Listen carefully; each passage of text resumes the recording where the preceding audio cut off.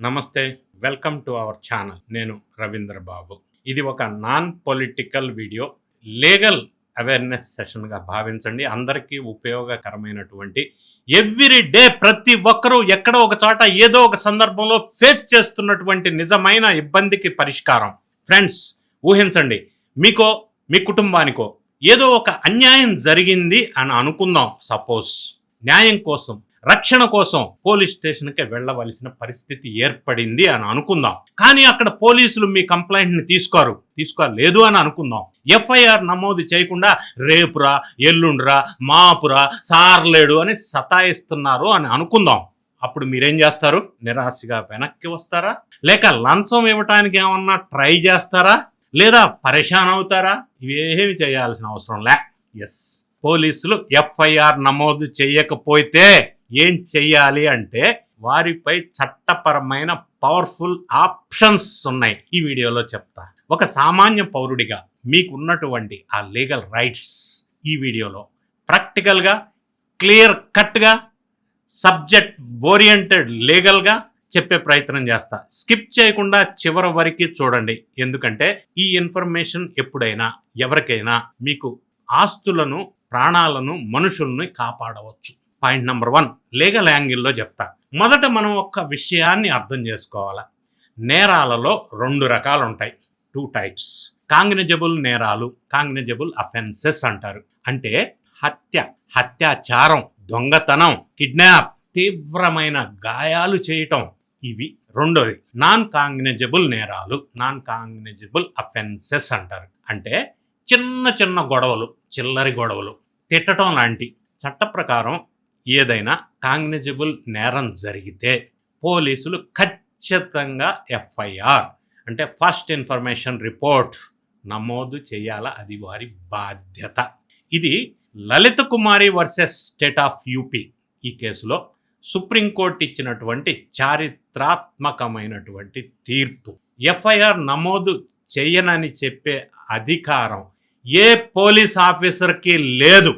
ఒకవేళ వారు నిరాకరిస్తే చట్ట ప్రకారం మనకున్న step by step options very important చెప్తా నేను.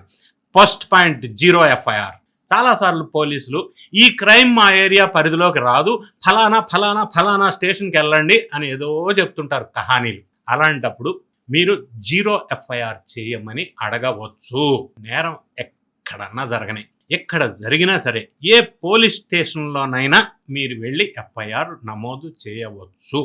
ఆ తర్వాత ఆ సదరు పోలీసులు ఆ కేసుని ఆ సంబంధిత స్టేషన్కి బదిలీ చేస్తారు. ఇది 0 ఎఫ్ఐఆర్ అంటారు. ఇక రెండో ఆప్షన్ ఉంది మనకి.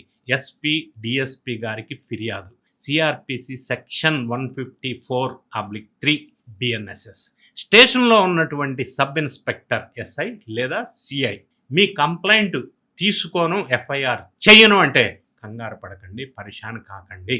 మీ ఫిర్యాదును లిఖితపూర్వకంగా రాసి, సింపుల్ స్టెప్, దాన్ని రిజిస్టర్ పోస్ట్ ద్వారా లేదా ఆల్టర్నేట్గా నేరుగా వెళ్ళి ఆ డిస్ట్రిక్ట్ సూపరింటెండెంట్ ఆఫ్ పోలీస్కి లేదా సిటీ అయితే డీసీపీ లేదా కమిషనర్కి అందజేయవచ్చు. ఇందులో నిజం ఉందని చెప్పి ఆ సదరు ఆఫీసర్ కనుక భావిస్తే ఆయనే స్వయంగా దర్యాప్తు చేయవచ్చు. లేదా కింది స్థాయి సిబ్బందిని ఎఫ్ఐఆర్ నమోదు చేయమని ఆదేశాలు ఇవ్వవచ్చు. మూడో ఆప్షన్ ఉంది ఇంకోటి. మెజిస్ట్రేట్ కోర్టుని ఆశ్రయించడం. CrPC section 156(3). ఒకవేళ ఎస్పీ గారి దగ్గర కూడా రెస్పాన్స్ రాకపోతే మీకున్నటువంటి ఒక అస్త్రం న్యాయస్థానం. మీరు ఒక లాయర్ ద్వారా స్థానిక మెజిస్ట్రేట్ కోర్టులో ప్రైవేట్ కంప్లైంట్ ఫైల్ చేయవచ్చు. కోర్టు గనక మీ ఫిర్యాదుని పరిశీలించి ఎఫ్ఐఆర్ నమోదు చేయమని పోలీసులకి ఆదేశాలు ఇస్తే అండర్ సెక్షన్ 156(3) పోలీసులు ఖచ్చితంగా కేసు నమోదు చేసి తీరాలి. కోర్టు ఆర్డర్ని ధిక్కరించలేదు. ఇక నెక్స్ట్ పాయింట్, సతాయిస్తున్నటువంటి పోలీసులపై రివర్స్ యాక్షన్. ఇది కూడా ఉంది మనకు ఆప్షన్. ఇదే అసలైన ట్విస్ట్. తప్పు చేసిన వారిపై కేసు పెట్టడం ఒక ఎత్తైతే, విధి నిర్వహణలో నిర్లక్ష్యం వహించినటువంటి పోలీసు అధికారిపై కూడా మనం లీగల్ యాక్షన్కి ప్రొసీడ్ అవ్వచ్చు. ఎస్, ఐపీసీ సెక్షన్ 166(a) కొత్త బిఎన్ఎస్ ప్రకారం కూడా ఇది వర్తిస్తుంది. సుప్రీంకోర్టు గైడ్ లైన్స్ ప్రకారం ఒక కాగ్నిజబుల్ నేరం జరిగినప్పుడు, కాగ్నిజబుల్ అఫెన్స్ జరిగినప్పుడు ఎఫ్ఐఆర్ నమోదు చేయని పోలీస్ అధికారిపై కేసు నమోదు చేయవచ్చును లీగల్గా. సదరు అధికారికి ఇటువంటి సందర్భంలో నిరూపించబడితే 6 నెలల నుంచి 2 సంవత్సరాల వరకు జైలు శిక్ష పడే అవకాశం కూడా ఉంది. ఇంకొక పాయింట్ కూడా ఉంది, ఆన్లైన్ ఫిర్యాదు. ప్రతి రాష్ట్ర పోలీస్ శాఖకు ప్రత్యేకమైనటువంటి వెబ్సైట్ మరియు ఎక్స్ ట్విట్టర్ హ్యాండిల్స్ కూడా ఉంటాయి. వాటి ద్వారా కూడా ఉన్నతాధికారులకు, డీజీపీ ఆఫీస్ లాంటి ఉన్నతాధికారులకు ఆన్లైన్లో కూడా ఫిర్యాదు చేయవచ్చు. ఇక నేను చెప్పే టిప్స్ నా వ్యూవర్స్కి ఏంటంటే, మీరు పోలీస్ స్టేషన్కి వెళ్ళేటప్పుడు గుర్తుంచుకోవాల్సిన కొన్ని స్మార్ట్ టిప్స్. పాయింట్ నెంబర్ 1, మీరు ఏదైతే కంప్లైంట్ రాసుకొని పోలీస్ స్టేషన్కి వెళ్తారో ఎప్పుడు కూడా రైటింగ్లో ఇవ్వండి. వెళ్ళే ముందే నీట్గా రాసుకోండి పేపర్ మీద. 2 కాపీలు తీసుకెళ్ళండి. ఒక కాపీపై పోలీస్ స్టేషన్లో నుంచి రిసీవ్డ్ స్టాంప్ వేసుకొని సంతకం తీసుకోండి, ఎక్నాలజ్మెంట్. ఇది భవిష్యత్తులో మీకు ప్రూఫ్గా ఉంటుంది. ఇంకొక అంశం ఉంది ఇక్కడ. ఒకవేళ వారు కంప్లైంట్ తీసుకోకపోతే అక్కడ ఉన్నటువంటి ఉన్నతాధికారుల పేర్లు, కుదిరితే వారితో మాట్లాడిన సంభాషణలు రికార్డ్ లాంటివి చేయటానికి కూడా ప్రయత్నం చేయండి ఇఫ్ పాసిబుల్. కానీ నిగ్రహం కోల్పోవద్దు, చట్టబద్ధంగానే వ్యవహరించండి. ఏం పరేషాన్ అవ్వవలసిన అవసరం లేదు. ఇన్ని ఆప్షన్స్ ఉన్నాయి వాళ్ళు ఎఫ్ఐఆర్ రిఫ్యూజ్ చేస్తే. చట్టం తెలియకపోతేనే భయం, చట్టం తెలిస్తే అది మనకి ఆయుధం అనేది నా విశ్వాసం. ఈ ఇన్ఫర్మేషన్ ప్రతి ఒక్కరికి ఉపయోగపడుతుంది.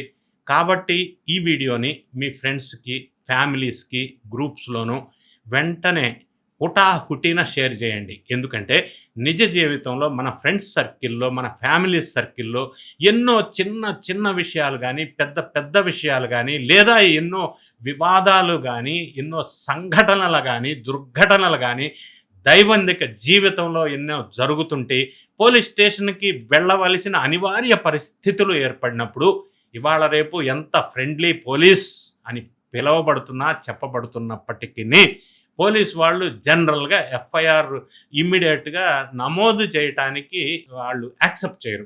వాళ్ళకుండే వేరే ఇబ్బందులు వాళ్ళకు ఉంటాయి. ఎక్కువ నమోదు చేస్తే వాళ్ళ మీద ఎక్కువ ప్రెషర్ ఉంటుంది, అవి మళ్ళీ రిజాల్వ్ చేయాలి కాబట్టి. ఓకే, అది పక్కన పెడదాం.